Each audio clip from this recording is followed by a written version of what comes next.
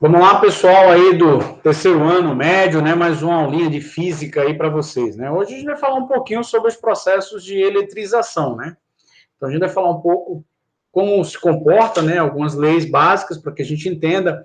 Na sequência vocês terão os exercícios para que vocês me devolvam aí, né? Me deem essa resposta.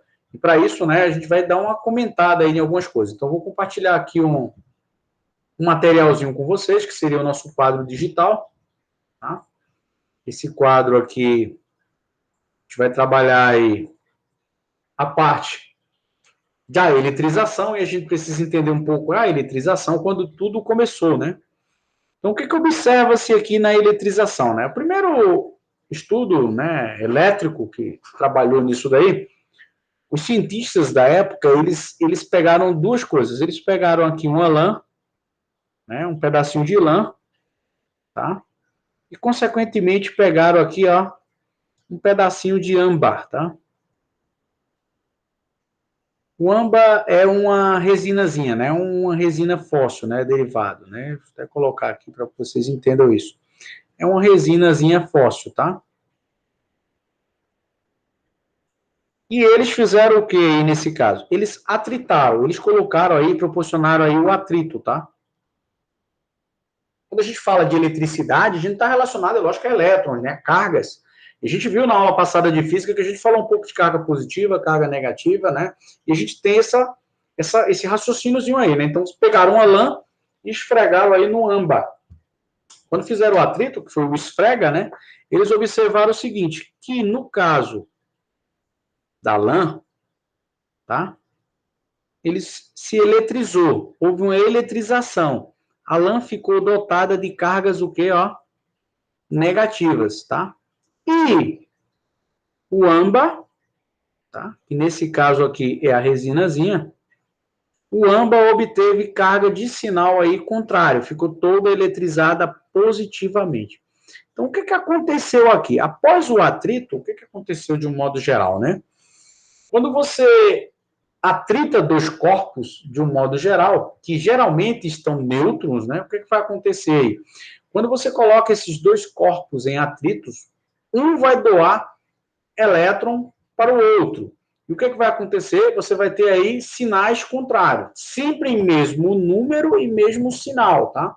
Sinais, na verdade, sempre em mesmo módulo, que é a mesma quantidade, tá? E sempre em sinais aí contrários. Esse é o princípio básico da eletrização.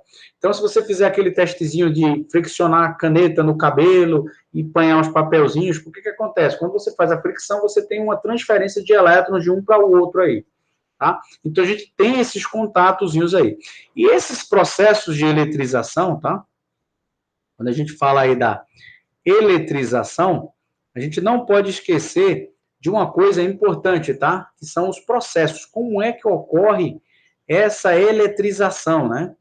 Essa transferência de elétrons. Vocês vão até observar que, por exemplo, a maioria dos nossos equipamentos eletrônicos eles devem ser aterrados. Por que aterrado? Vou dar um exemplo para vocês, tá?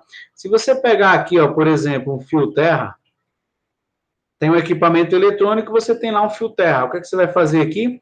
A gente tem aqui o solo, por exemplo, e você tem lá um equipamentozinho. O que você faz? Você liga ele no solo. Por quê? Qualquer descarga de elétrons, ou seja, qualquer carga excessiva de energia ou de elétrons que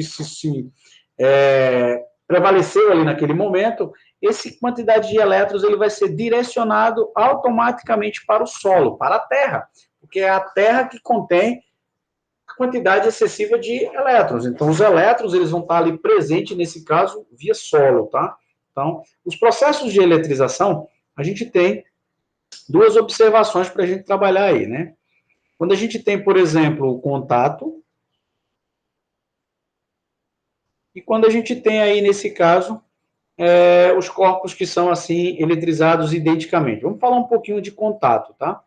No contato, por exemplo, você pode ter uma carga aqui, ó, positiva.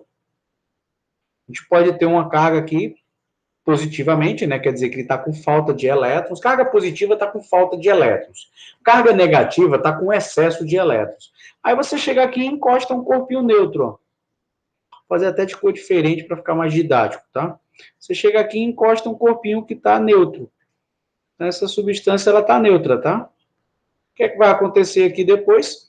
Eles vão ter em contato, essa partezinha aqui, juntamente com a partezinha verdezinha, ó, tiveram contato. E o que é que vai acontecer aí? Todas essas cargas aqui, elas vão se espalhar por completo. Então, você vai ter uma distribuição aí uniforme dessas cargas, tá? O que vai acontecer aqui? Você vai ter aqui duas situações. Uma é o corpinho positivo, que antes estava neutro, agora adquiriu a carga, né?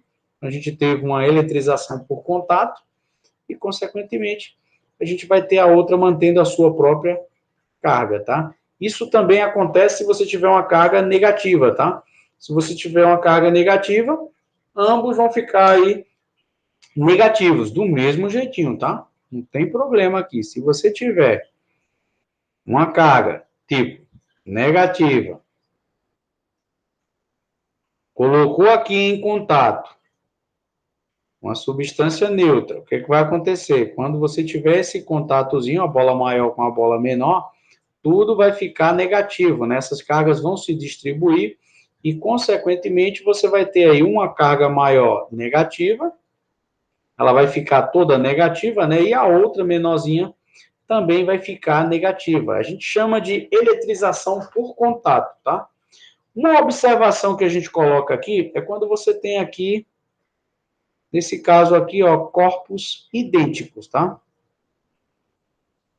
Então, a gente tem aí praticamente o mesmo sistema, tá? Então, a gente tem aqui um corpozinho, que eu vou chamar de carga positiva, mais Q, e aí a gente aproxima dois corpos do mesmo tamanhozinho aí, só que neutros, né? O que, que a gente vai proporcionar? A gente vai proporcionar aqui a união dos três. Então, eles vão ter um contatozinho aí, tá? Quando eles entram em contato, automaticamente o que, que vai acontecer? A gente vai ter três corpos aí que foram eletrizados, tá? E distribuídos de uma maneira uniforme da seguinte maneira.